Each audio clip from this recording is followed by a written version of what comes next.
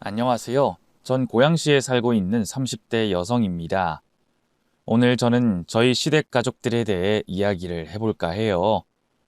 얼마 전까지만 해도 제가 받는 스트레스 중 가장 큰 부분을 차지하던 시댁 가족들이었는데 그 일이 해결됐거든요. 이제는 말해도 되는 시기쯤이다 싶어 이렇게 바로 여러분들께 사연을 보내게 됐습니다. 그럼 한번 재밌게 이야기해 보도록 할게요. 저와 남편은 서로 사업을 하다가 만났어요. 두 사람 모두 사업을 막 시작하는 단계에서 이것저것 물어보다 호감이 생겨 만나게 됐는데 아무래도 처음 하는 사업으로 인해 서로 비슷한 고충을 가지고 있고 서로에게 위로를 받을 수 있다 보니 남들보다 더 빠르게 서로에 대해 확신을 가지게 된 것 같아요. 또 성격이나 생활 습관, 가치관이 서로 잘 맞았기 때문에 1년 반 만에 결혼을 결정짓게 됐죠. 저희 두 사람 다 결혼 정년기에 만나 결혼을 결심하게 된 거라 딱히 양가 집안의 반대는 없었고요. 결혼식을 올린 후에는 곧바로 제가 하던 사업이 잘 풀려가면서 남편과 하게 될 결혼 생활을 기대하게 됐습니다. 연애 때보다 당연히 더 행복할 것 같았거든요. 그런데 뜻밖의 암초로 인해 행복할 것 같던 결혼 생활이 조금씩 힘들어지기 시작했어요. 결혼은 두 사람만의 일이 아니라 두 집안의 일이라는 말처럼 시댁을 챙기던 제가 큰 벽에 부딪히게 됐거든요. 시댁 가족들 일로 말이죠. 우선 그 시작은 시어머님으로부터 시작됐습니다. 제가 남편과 결혼을 할 때 시아버님께서는 몇 년 전 세상을 먼저 떠나신 상황이었어요. 아버님께서는 가부장적이긴 하시지만 또 무척이나 가정적이셨다고 남편과 시어머니께 들었죠. 그래서 어머니께서 큰 고생이라고 할 것은 한 번도 하시지 않았다고 했습니다. 그래서 그런지 평소 나이와 맞지 않게 지내셨어요. 결혼 전에는 그런 시어머니의 젊게 사시는 모습이 보기 좋았습니다. 또 저와 말도 잘 통할 거라고 생각했었죠. 그런데 어머님께서는 제가 생각한 것보다 더 철이 없으셨어요. 아버님께서 살아계실 때도 원하는 건 모조리 다 사셨던 어머님이셨다 보니 아버님께서 돌아가시자 그 요구를 자식들에게 하신 거죠. 남편이 저와 결혼을 하고선 저희에게 하셨고요. 더군다나 제가 어머님과 같은 여성이다 보니 저에게 좀 더 편히 공감대를 원하시고 또 원하는 물건을 요구하셨죠. 상아야, 너 김연땡이가 입었다던 원피스 봤니? 그거 너무 예쁘더라. 그래요? 전 아직 기사를 못 봐서요. 예뻐, 너무 예뻐. 나 그거 좀 찾아서 구해다 주면 안 됐니? 그런데 김연땡이가 입었으면 구하기 힘든 거 아니에요? 보통 그런 건 정보 나오면 다 팔렸던데. 아이, 찾아보면 있어. 나 그거 좀 구해줘라. 내가 입으면 잘 어울릴 것 같아. 그때만 해도 평범한 원피스라고 생각했습니다. 더군다나 그 원피스를 입었다던 연예인이 단아한 이미지라 나이와 상관없이 더 마음에 드셨구나 싶었죠. 우선은 물건이 있긴 한 건지 알아보려고 어머님께서 보여준 사진을 확인했는데 어머님 나이에 맞지 않는 원피스였어요. 정확히 말하면 당시 30대 초반이던 저도 소화하기 힘든 옷이었습니다.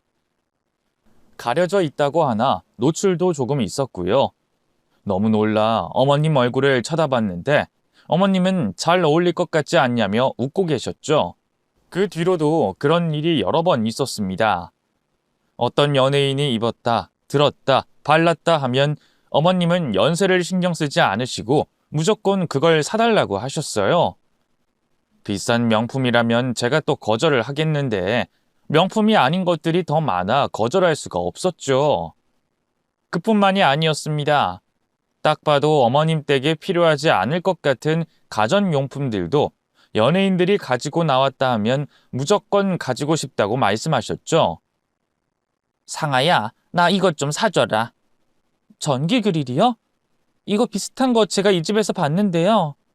전기 그릴 2개 있는데 이건 달러. 이거 연기 흡수하는 거래. 어제 TV 보는데 진짜 편할 것 같더라. 어머님, 근데 고기 잘 안 드시지 않아요? 그리고 이거 제 주변에 써봤는데 아예 연기가 안 나는 건 아니래요. 아니야, 안 나. 연예인들이 쓰는 건데 거짓말 하겠니? TV 보니까 흰 연기가 하나도 없더라. 내가 링크 보내줄 테니까 이것 좀 사줘라. 연예인이 쓰는 거면, 그리고 유행이라고 한다면 무조건 어머님은 사셔야 했죠. 그러다 제가 어머님만큼 유행에 민감하게 따라가지 못하자 어머님께서는 직접 저에게 몇몇 SNS 인플루언서를 알려주시면서 매번 확인을 하라고 강요하시더라고요. 그렇게 해야 어머님과 말이 통하게 되니까요. 사업으로 바쁜 상황에 무슨 숙제를 하듯 SNS를 확인해야 하고 있었으니 이게 뭐 하는 건가 싶었어요. 그래도 다행이었던 남편이 중간에서 제가 너무 스트레스 받지 않게 조절해 준다는 거였죠. 하지만 남편이 막아주는 것만으로는 역부족이었습니다. 거기다 남편이 막을 수 없는 일이 있었어요. 그 SNS 때문에 어머님께 받게 된 스트레스였었죠.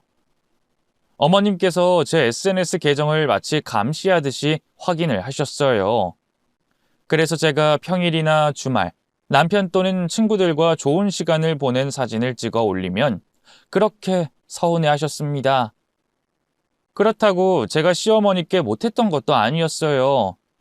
한 달에 3-4번은 꼭 어머님을 만나 하루 종일 외식도 하고 좋은 곳도 갔고 일주일에 3-4번은 전화통화를 하며 안부 인사를 드렸죠. 그런데도 서운함을 표시하시니까 전 제가 어머님과 보내는 시간이 너무 적은 건가 싶었습니다. 그래서 결혼한 친구들, 회사 직원들에게 물어보게 됐죠. 그런데 저 정도면 교류가 적은 편이 아니더라고요. 직장인, 그것도 제 사업체를 꾸리고 있는 사람으로선 오히려 많은 편에 속했습니다. 그럼에도 시어머니께서는 제가 휴식을 취하는 주말 내내 자신과 같이 시간을 보내길 바라셨어요. 너 저번 주에 친구들이랑 뭐 맛있는 거 먹고 온 것 같더라? 네? 아, 네. 그런데 거기 저번에 어머님이랑 같이 갔던 곳인데요. 어두운 분위기의 퓨전 한정식집. 기억하지? 그런데 나도 때마침 거기 생각이 났었거든. 네가 같이 가자고 하면 나도 따라갔을 텐데 내가 나이가 있어서 그런지 주말마다 혼자 있기가 좀 그렇네. 매주 이렇게 가족들끼리 둘러앉아 있거나 나가서 시간을 보내면 좋겠는데. 어머니, 그럼 형이랑 시간 보내세요. 그리고 저희가 평일에 노는 것도 아니고 겨우 주말 이틀 쉬는데 매주 어머니랑 같이 시간 보내면 저희는 언제 쉬어요? 한 달에 3-4번이면 그것도 자주 찾아뵈는 건데. 남편도 주말에는 쉬고 싶으니 제가 말을 꺼내기 전에 먼저 어머님께 설명을 했습니다. 그런데 그보다 오싹했던 건 어머님께서 제 SNS를 매번 확인하시며 일거수일투족을 감시한다는 거였죠. 제가 사진을 올리면 바로 그 즉시 그 사진과 관련된 연락을 해오셨습니다. 대부분이 같이 시간을 보내지 않아 서운해하시는 연락이었고요. 그러다 보니 저는 친구들을 만나러 다니는 것도 쉬는 것도 시어머니 눈치를 보며 마치 군사작전을 하듯이 비밀스럽게 해야 됐죠. 주말이 돼 어머님께 연락이 오면 일을 하고 있다고 핑계를 대는 게 편할 정도였습니다. 그래도 그런 것들은 곧 말씀드릴 일에 비하면 애교였어요. 정말 심각한 문제는 어머님께서 아주버님만을 끼고 도신다는 거였죠. 어렸을 때부터 시부모님의 도움받는 걸 귀찮아하고 자립적이던 남편과 달리 아주버님께서는 어린 시절부터 시부모님께 미주알 고주알 모든 걸 말하며 많이 기대는 성격이었다고 들었습니다. 예민한 사춘기 나이 때 보통 부모님과 대화가 단절되는 남자아이들과 달리 아주버님은 자신이 느끼고 있는 감정을 더 많이 어머님께 말했고 부탁하는 일도 많아졌다고 해요. 그래서 자신이 좋아하는 여학생에게 마음을 거절당한 뒤 울면서 어머님께 당시 감정을 말했고 그 여학생과 잘 될 수 있게 해달라고 도움을 요청했다는 이야기를 남편에게 들었죠. 그 정도로 아주버님 성격이 여리고 유약해서 그런지 어머님께서 아주버님을 많이 감싸고 두셨습니다. 아주버님이 나이가 들어서도 말이죠. 그래도 아주버님은 저와 남편이 결혼하기 전까지는 이렇다 할 사건 사고 없이 무난히 사회생활을 잘 하고 있었어요. 그런데 동생 부부 모두가 사업을 하고 있어서 그런지 이상한 헛바람이 들었습니다. 그래서 잘 다니고 있던 회사를 때려치우고 사업하겠다고 말했죠. 그런데 단 한 번도 사업에 관련된 일을 해본 적도 없고 해볼 생각도 없던 아주머님이다 보니 어디서 어떻게 시작을 해야 할지 막막했던 것 같습니다. 그래서 저희에게 도움을 요청했어요. 어머님을 통해서 말이죠. 다른 사람도 아니고 남편의 형, 아주버님인데 당연히 도움 드렸죠. 그것도 정말 열과 성의를 다해서 도왔습니다. 구상하고 있는 사업을 구체화시켜주기도 했고 나라에서 도움받을 수 있는 것도 직접 알아봐 주면서 이왕 이렇게 하게 된 사업 잘 될 수 있게 없는 시간 쪼개며 도움을 드렸죠. 그런데 그렇게 도움을 주면서 아주버님과 가까이 지내다 보니 전에 모르던 모습을 볼 수가 있었습니다. 고집이 정말 강하다는 걸 알았죠. 잘못돼 있는 걸 알려줘도 자신이 납득을 못하면 절대 고치려 하지 않았습니다. 물론 사업하면 자기 고집도 있어야 하는 건 맞는데 그건 결정과 선택의 기로에 있을 때 고집을 부려야 하는 거죠. 그런데 말도 안 되는 거에 고집을 피웠고 그 고집은 동생인 남편도 말리지 못했어요. 결국 아주버님이 납득 가능한 선까지만 도움을 드리게 됐죠. 그리고 그 결과 처참하게 사업은 망했습니다. 또 사업을 준비하면서 어머님께 받은 큰 돈도 다 날리게 됐죠. 회사를 다니며 모아온 돈과 어머님께서 도와주신 돈까지 모두 잃게 됐으니 당연히 아주버님께서 다시 취업을 할 거라고 생각했어요.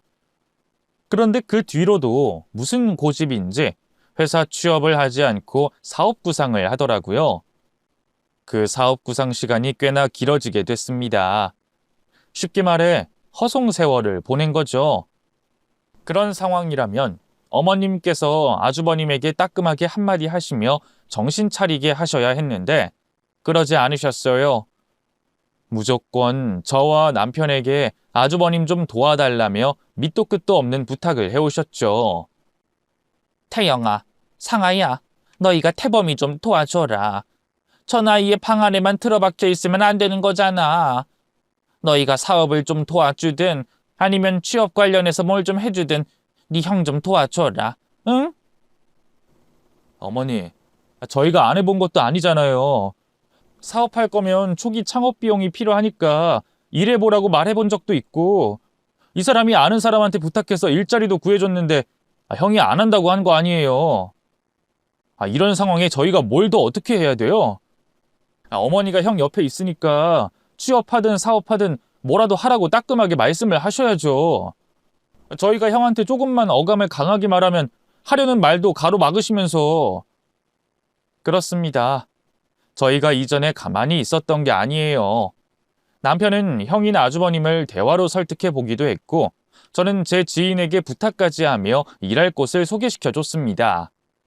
그런데 아주버님이 다 거절하셨어요. 자신은 사업할 거라고 말이죠.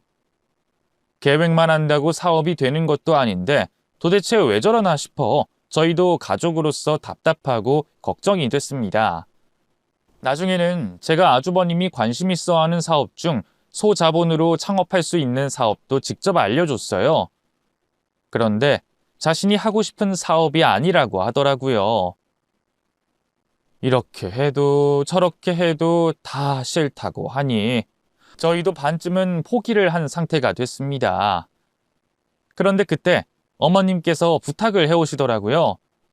아주버님 사업하는데 돈 좀 빌려주면 안 되겠냐고 말이죠. 그러지 말고 너희가 태범이가 원하는 사업할 수 있게 돈 좀 빌려주면 안 되겠니? 저렇게 고집 피우는 거 보면 분명 저번처럼 허무하게 망하지는 않을 것 같은데. 어머니, 그건 좀... 이 사람이 형한테 알려준 소자본 창업은 몰라도 형이 원하는 건 규모가 커서 안 돼요. 돈이 얼마나 드는데. 이 사람 말이 맞아요. 그리고 아주버님은 지금 무조건 사업을 크게 할 게 아니라 작게 시작해서 사업이 돌아가는 구조 자체를 아셔야 한다니까요. 아주버님이 구상한 사업이 설령 운이 좋아서 된다고 해도 그 구조를 모르면 금방 매출 떨어져요. 그러면 쟤를 저렇게 방 안에만 있게 놔둬? 가족이면 믿고 도와줄 생각을 먼저 해야지. 너희가 옆에서 지켜봐주면서 노하우 알려주면 되는 거잖아. 어머님께서 하시는 말만 들으면 저희가 다른 사람 사업도 관리해줄 만큼 능력 있고 성공한 사업가거나 시간 많은 백수였습니다. 저희들 사업하기도 바쁜 상황에 누구 걸 지켜보고 있겠어요. 그리고 아주버님 사업 계획에도 문제가 많았고요. 그래서 어머님 부탁을 거절했습니다. 그런데 수차례 같은 부탁을 하시더라고요. 결국 저희가 어머님 부탁에 못 이겨 아주버님께 사업 자금에 관한 도움을 드리게 됐어요. 이번엔 저희 돈도 들어가 있으니 아주버님 사업에 더 열과 성의를 다했습니다. 그런데 옆에서 도움 주는 사람만 열심히 하면 뭐해요? 정작 사업의 주체는 떡이 떨어지기만 기다리며 입만 벌리고 있는데 결국 이번에도 아주버님의 사업은 망하고 말았죠. 빌려준 돈이 적은 돈도 아니라 저희에게도 아주버님의 이번 사업 실패는 뼈아프게 느껴졌습니다. 더 난감한 건 돈을 빌려줄 사람이 가족이다 보니 누구 탓도 돈을 갚으라는 말도 꺼낼 수가 없다는 거였죠. 이런 답답한 상황에 어머님께서는 여전히 아주버님만 감싸고 돌며 저희에게 도움을 구하셨습니다. 그래서 정신적으로 너무 힘들었어요. 그런데 저희와 달리 어머님께서는 또 그렇게 충격을 받는 모습은 아니셨습니다. 그때쯤 빠지셨던 게 있었거든요. 트로트 가수에게 완전히 빠져 있었습니다. 그래서 아주버님 일에 대해서 거의 저희에게 맡기다시피 하셨어요. 어머님은 팬클럽 활동하러 다니셔야 했거든요. 아주버님을 그렇게 감싸며 또 한편으론 무책임하게 행동하시는 어머님과 대책 없이 일을 만드는 아주버님으로 인해 너무 힘들었습니다. 남편이 중간에 칼같이 정리를 해주면 좋을 텐데 아무리 가족이라고 하지만 질질 끌려다니고 있는 모습을 보니 사이좋던 저희도 점점 다투는 일이 많아지게 됐죠. 그런 상황에서 또 눈치 없이 시어머니가 돈을 꿔달라 했습니다. 전에 없던 반찬을 나눠주시겠다고 하시길래 또 뭔가 바라시는 게 있다는 건 예상했지만 그게 아주버님 사업에 필요한 돈일 줄은 몰랐죠. 이 정도면 너희 둘이 넉넉히 먹겠지? 그럼 이건 됐고 내가 너한테 긴히 할 말이 있는데 이거 태영이랑 태범이한텐 비밀이다. 너 요즘 하고 있는 사업 문제 없지? 그러면 돈 좀 빌려주면 안 되냐?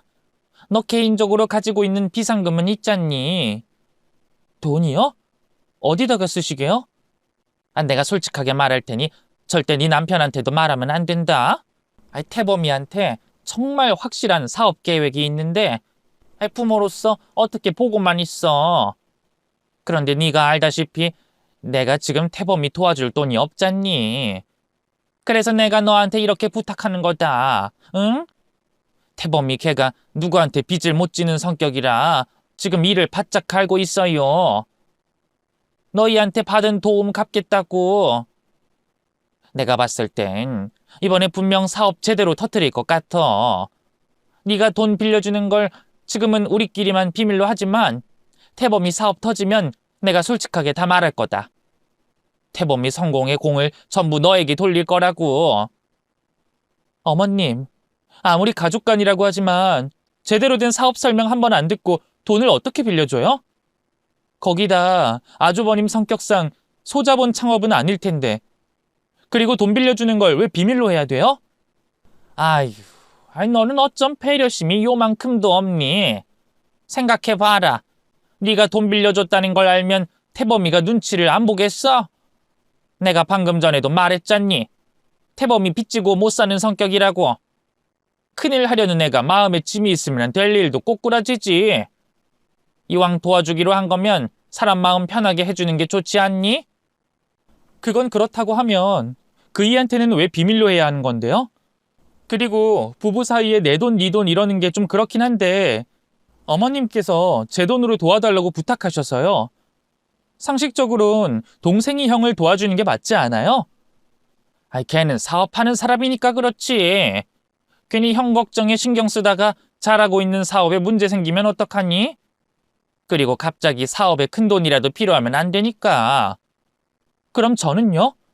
저도 사업하느라 큰 돈 들어갈 곳도 있고 신경도 여기저기 쓰이는데 너는 성격도 수더분하고 작은 일에 신경 안 쓰니까.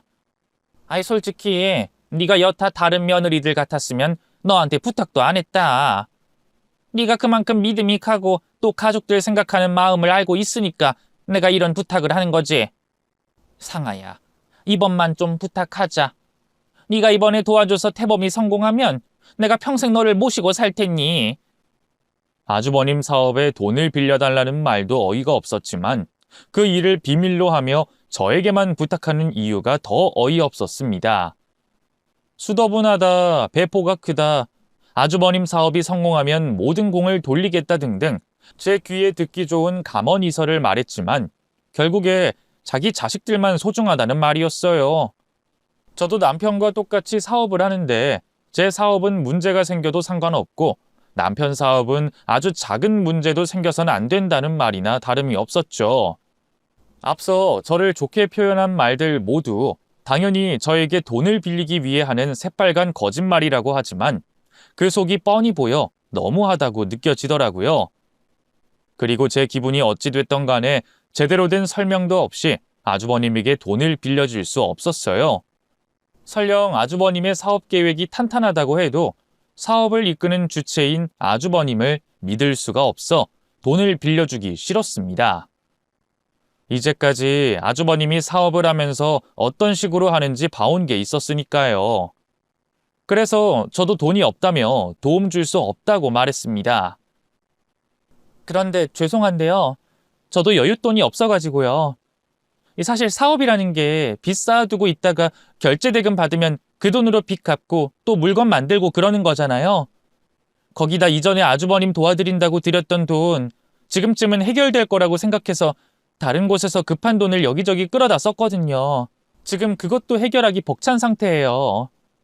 너 정말 왜 그러니? 다들 힘들다 힘들다 하면서도 한쪽 주머니에 어느 정도 챙기고 있잖아. 네 아주버님 되는 사람 사업 성공하면 무조건 1순위로 너한테 빌린 돈 갚으라고 할 거야. 그러니까 나 믿고 부탁 좀 하자. 내가 너 아니면 누구한테 이런 부탁을 하겠어. 저도 도와드리고 싶죠. 그런데 정말 사정이 안 돼요. 죄송해요. 수중에 여윳돈이 없다고 하면 믿질 않을 것 같아서 일부러 예전에 아주버님에게 빌려준 돈을 언급하며 빚까지 있다는 거짓말까지 했습니다. 그런데 시어머니는 제 말을 안 믿는 건지 아니면 그렇든 말든 상관없다는 건지 계속해서 돈을 빌려달라고 몇 날 며칠을 쫓아다니며 연락을 해왔어요.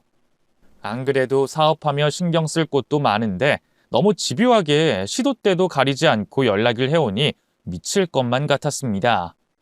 순간순간 짜증이 치고 올라와서 돈을 빌려주고 말자라는 생각까지 했었죠. 그런데 그 돈이 뻔히 어떤 식으로 공중분해될지 예상이 되니까 너무 아까워서 금방 마음이 정리되더라고요.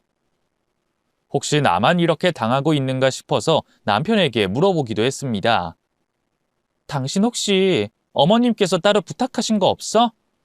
부탁? 아니, 요즘엔 별 말씀 없으셨는데? 왜? 어머니께서 당신한테 뭐 부탁하셨어? 어? 그게... 여보, 내가 솔직하게 말할 테니까 당신도 숨기는 게 있으면 안 돼?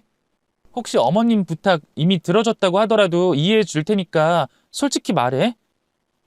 사실 어머님께서 며칠 전에 당신이랑 아주머님에게 말하지 말라고 말씀하시면서 나한테 돈을 빌려달라고 하셨어.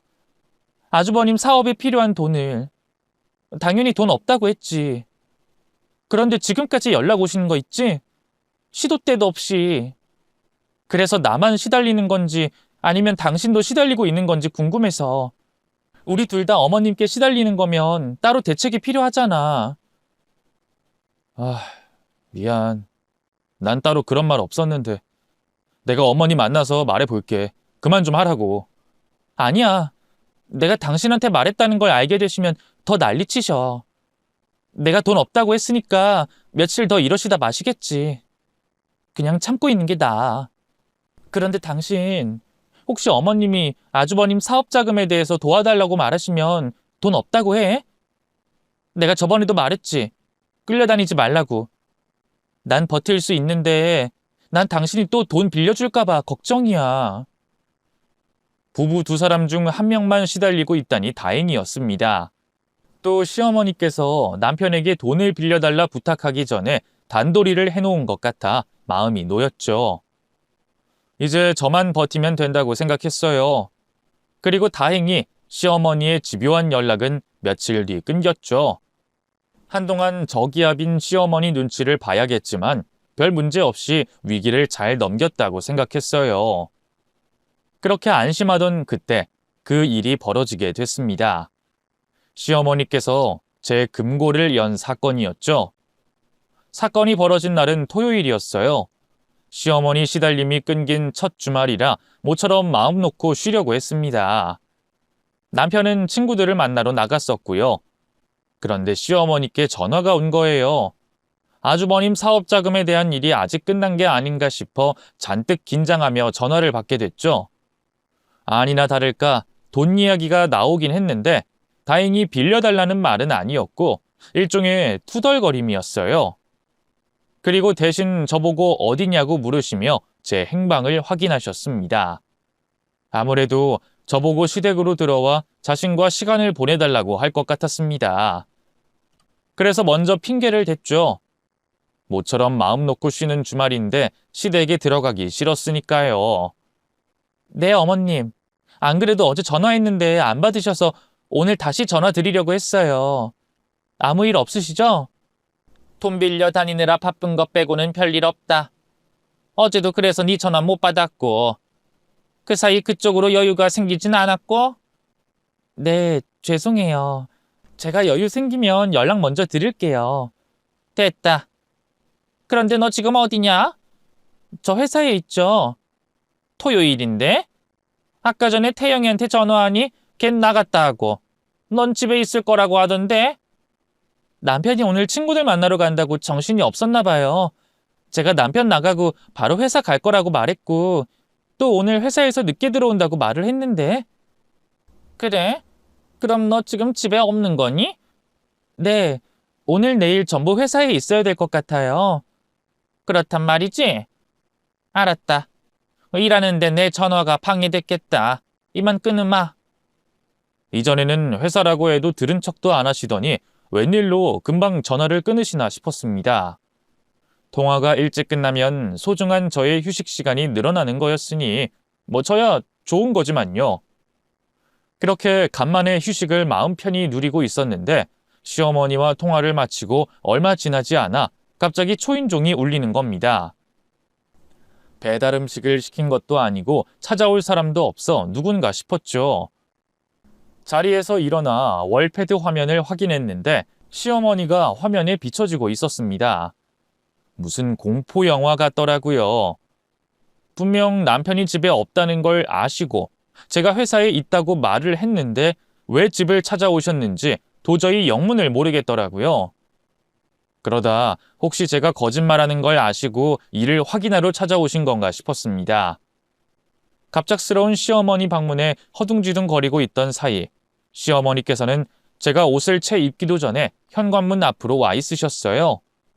그리고 번호키를 누르는 소리가 들렸습니다. 밖으로 나갈 수도 없었고 어머니를 맞이할 수도 없었죠. 우선 안방에 있는 옷장 안으로 몸을 숨겼습니다. 제가 없다는 걸 확인하시곤 가실 거라고 생각했거든요. 집으로 들어오신 어머님은 제 이름을 부르며 집안을 확인하셨어요. 저는 숨죽이며 옷장 안에 숨어 있었고요. 집 이곳저곳을 확인하시던 어머님은 이내 안방으로 들어오셨고 화장실 안까지 확인을 하셨죠. 그런데 화장실 쪽으로 간 뒤 어머님의 발소리가 더 이상 들리지 않는 겁니다. 그리곤 이상한 소리가 들려왔어요. 처음에는 뭘 누르는 소리였는데 그 다음 소리 때문에 시어머니가 뭘 하고 있는지 알아차릴 수 있었습니다. 금고 비밀번호가 틀려서 나는 경고음이 나왔거든요.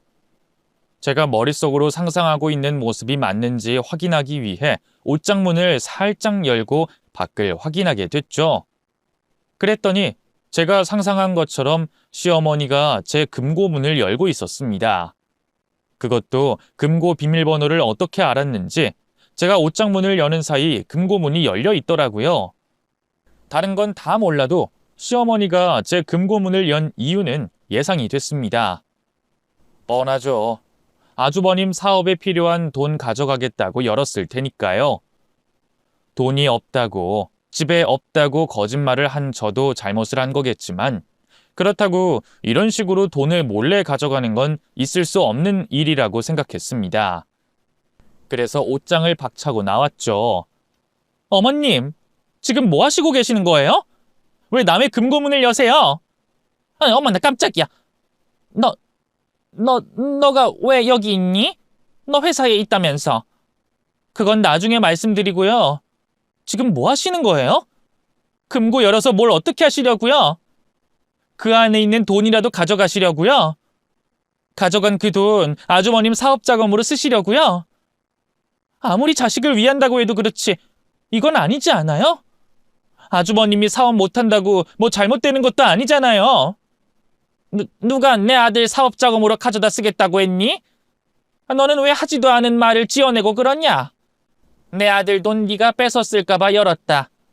네가 하도 돈 없다, 어렵다 이러면서 빚까지 있다고 하니 걱정돼서 온 거라고. 우리 아들 사업에 지장 줄까 걱정돼서. 어머님, 왜 계속 거짓말하세요? 아들 걱정이 되시면 아들 통장을 확인하시던가 그 이한테 직접 말씀하셔야죠. 왜 제 금고를 여시냐고요? 이게 네 금고였다고? 난 몰랐다 얘. 당연히 우리 아들 금고인 줄 알았지. 거짓말하지 마세요. 제가 이전에 제 금고라고 말씀드린 적 있고요. 어머님께서 젊은 애가 금고 쓰는 게 희한하다고 말씀하셨어요. 거기다 금고 비밀번호도 저희 아버지 생신 날짜예요. 남편 금고라면 왜 장인어른 생신을 비밀번호로 설정하겠어요? 아니 내가 그런 걸 다 기억하겠니? 안 그래도 신경 쓸 게 투성인데. 아이 그건 그렇고 너 지금까지 나한테 거짓말했던 게 한두 개가 아니다. 돈 없다고 하지 않았니? 금고에 떡하니 돈 있고 회사에 갔다고 하더니 안방 옷장에 숨어 있었네? 거기다 시어머니를 도둑년 취급해? 너 원래 이런 아이였던 거니? 지금까지 시어머니 속이고 있었던 거야? 방귀 낀 놈이 성낸다고 하더니 시어머니는 제 금고를 열어본 걸 자신의 아들 금고로 착각해 생긴 일이라며 유야무야 넘겼고 제가 한 거짓말과 자신을 도둑년 취급했다며 화를 내기 시작했어요. 그러더니 결혼 전 이야기까지 꺼내며 제 입에서 찍소리도 못 나오게 쏘아붙였죠. 내가 정말 어이가 없다. 어이가 없어. 너 그렇게 내 부탁 들어주기 싫었니? 돈이 가족보다 소중한 거야. 개구리 올챙이 적은 모른다고 너희 결혼할 당시에 내가 준 도움은 싹 다 잊었나 보다. 그때 나도 있는 돈 없는 돈 만들어서 너희들 집 구하는데 도움 줬던 거야. 그걸 너희가 몰라? 그렇게 받은 도움이 있으면 갚을 줄 알아야지. 지만 잘 살겠다고 시어머니한테 거짓말이나 살살하고 지 아주버님 골방에 틀어박혀 있게 만들고 내가 며느리를 잘못 들였지. 지밖에 모르는 걸 무슨 며느리라고. 됐다.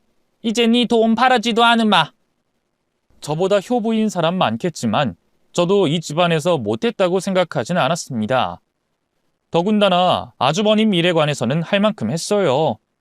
그런데 그에 대한 대답이 내 금고돈을 가져가는 것과 막대먹은 며느리 취급이라니 저도 더는 못 참겠더라고요. 안 그래도 시댁 가족들 때문에 감정이 폭발하기 직전이었으니까요.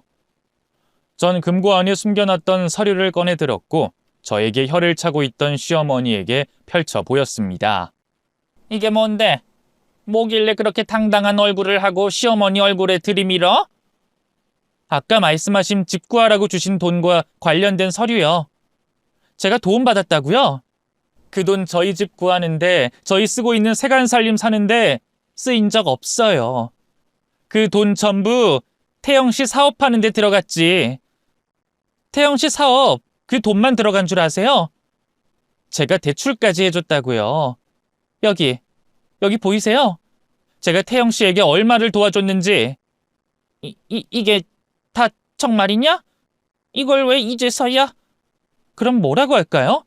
어머님 댁에 가서 맨날 남편 사업하는데 내 돈이 얼마나 들어갔다. 그 돈 다른 사람한테 빌려줬으면 이자가 얼마다. 이런 소리 하고 있을까요? 가족들 전부 밥 먹다 체하게? 제가 이 말을 가족들 다 있는 곳에서 말했으면 어머닌 평소에 사고 싶다는 물건들 입 밖으로 꺼내실 수 있겠어요?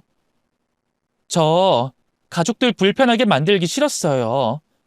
내 남편 가족들이니까.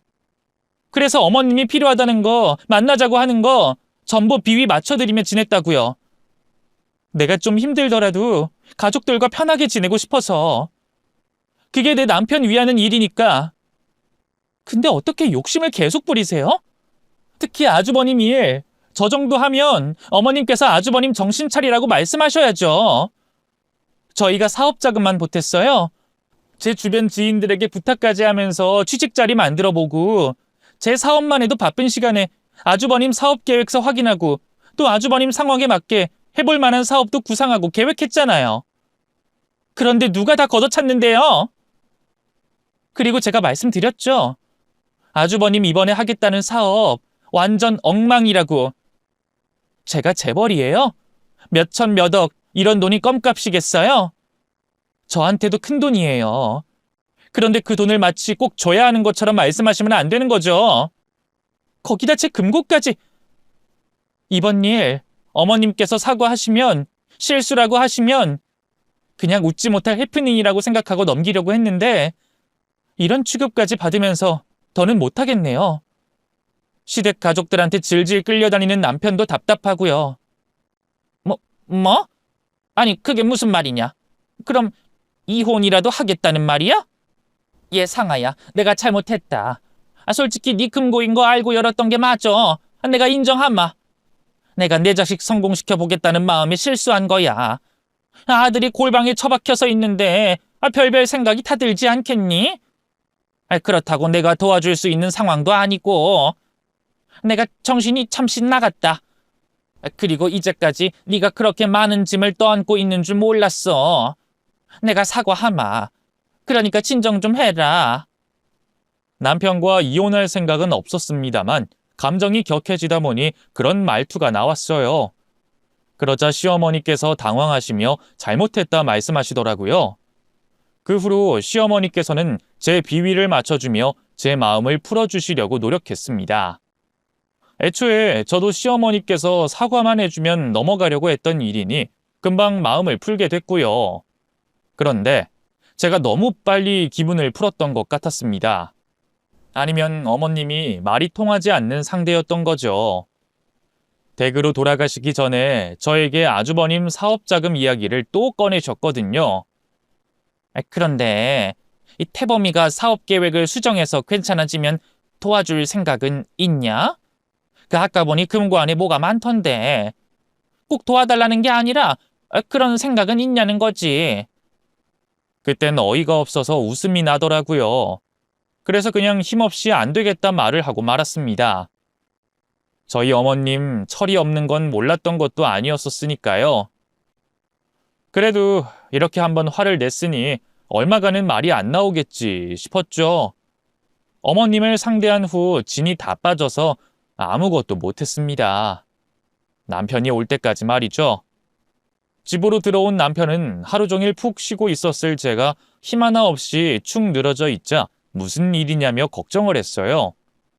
그제서야 조금 정신을 차린 저는 남편을 붙잡고 신들린 듯이 하소연을 했습니다. 그런데 오늘 있었던 일을 듣던 남편의 표정이 심상치가 않더라고요. 진짜 별일 다 있다 싶지? 이래서 어머님 가시고 내가 정신을 못 차렸던 거야. 그날 일을 치니까 밥 한 끼 먹을 힘이 없더라고. 정말 미안해. 그런 일 있었으면 나한테 전화라도 하지. 그러면 내가 확실히 못 박았을 텐데. 당신이? 다른 사람 일도 아니고 당신 어머니 아주버님 일인데. 됐어.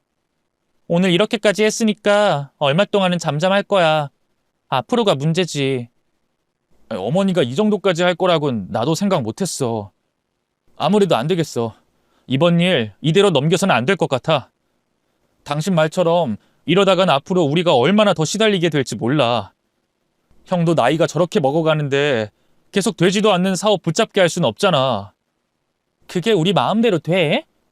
아주버님 방패막이가 되어주시는 어머님이 계신데? 내가 말했잖아. 돌아가실 때 슬쩍 아주버님 사업 관련해서 말씀하셨다니까. 내가 그 이야기 듣고 반쯤 포기했어. 그러니까 더더욱 이번 기회를 놓쳐서는 안 되는 거지. 어머니가 당신 나 도와준 거 아셨다며. 그거 가지고 쩔쩔 매셨고. 당신은 내가 하라는 대로만 해. 내가 다 알아서 할 테니. 이번 기회에 시어머니와 아주버님의 버릇을 고쳐놔야 한다는 남편은 저에게 자신이 생각한 작전을 설명해 줬습니다. 들어보니 제가 할 건 딱히 없더라고요. 남편이 어떻게 하냐가 중요한 작전이었죠. 남편은 벌써 준비가 되어 있는지 저에게 의사를 한번 물어보곤 바로 작전을 실행했어요. 그 시작은 시어머니에게 전화를 하는 거였습니다. 그래, 태영아. 다 늦게 무슨 일이니? 엄마, 아까 상아한테 무슨 짓 하신 거예요? 지금 아들 이혼당하게 생겼다고요? 저 사람 하는 말 들어보니까 절대 농담 아니에요. 대체 뭘 하신 거예요? 뭐? 아니, 그럴 리가 없는데? 내가 너희 집 떠나기 전에 다 마무리 짓고 왔어. 그런데 상아가 너랑 이혼을 하겠다고? 저 사람은 얼마나 억울해하는지 아세요? 무슨 말을 하셨길래 자기는 평생 가도 객식구일 뿐이라고 저렇게 억울해해요. 어머니, 저 상아랑 못 헤어진다는 거 아시잖아요. 제가 상아를 얼마나 사랑하는데요. 저 평생 혼자 살다 죽어요? 이제 저도 형처럼 어머니 댁에서 얹혀 살까요? 그리고 그것만 문제가 아니란 말이에요. 그 어머니는 모르실 텐데 제가 상아한테 빌린 돈이 좀 많아요. 그거 갚으려면 저 쫄딱 망해야 돼요. 저도 지금 그 돈 갚을 능력이 안 된다고요. 저 사람 소리치는 거 들어보니까 어머니랑 형 때문인 것 같던데 우선 저희 집으로 빨리 오세요. 와서 빌든가 무릎을 꿇던가 뭐든 해봐야 할 거 아니에요. 아니, 걔는 아까 전까지 괜찮더니 왜 그런데? 알았다. 내가 지금 바로 집으로 가마. 빨리 오세요. 지금 상아 겨우 붙잡고 있어요. 형도 데려오세요. 형도 이 사람한테 잘못했으니 잘못 구해야죠. 남편은 애걸복걸하며 꽤나 실감나게 연기를 했습니다. 제가 지금까지 시댁에서 당해온 일로 억울해하며 이혼을 선언했다고 말을 하면서 말이죠. 그런데 걱정이 되더라고요. 제가 남편의 연기를 보며 웃음을 참을 수 있을까 싶어서 말이죠. 심호흡을 하며 마음을 진정시키고 있었는데 시어머니와 아주버님이 그 사이 집으로 찾아오셨습니다. 도대체 뭘 타고 오면 그렇게 빠른 시간 내 올 수 있는 건지 마음의 준비를 하기도 전에 집으로 헐레벌떡 들어오시더라고요. 태영아, 상아 어딨니? 아유, 내가 괜한 짓을 해서 이를 키웠네. 상아야. 내가 잘못했다. 너 내가 집에 갈 때까지만 해도 괜찮았잖아. 그런데 갑자기 왜 이래? 응? 네가 아까 말해서 네 마음 다 알고 있다. 많이 서운한 것도 알고 우리 때문에 힘든 것도 안다고. 그런데 내가 앞으로 잘하겠다고 했잖니. 설마 내가 나가기 전에 한 말 때문에 그래? 그건 그냥 웃자고 농담한 거야. 알았다. 내가 앞으로는 절대 농담도 하지 않으마. 그리고 네가 시댁 일로 신경 쓸 만한 일들 만들지 않도록 할게. 내가 네 시아버지 품에서만 있어서 철이 좀 없잖니. 근데 이젠 나도 정신 똑바로 차리마. 그거면 된 거니? 남편은 그런 시어머니의 모습으로도 부족하다고 느꼈는지 더 크게 울먹이며 시어머니가 또 아주버님이 잘못한 행동을 집어서 말했습니다. 그러게 뭐 그렇게 가지고 싶은 게 많아요. 그것도 이 사람이 안 사주는 것도 아니고 알아서 다 챙겨주는데 왜 사람을 들들 볶아요? 그것뿐이에요.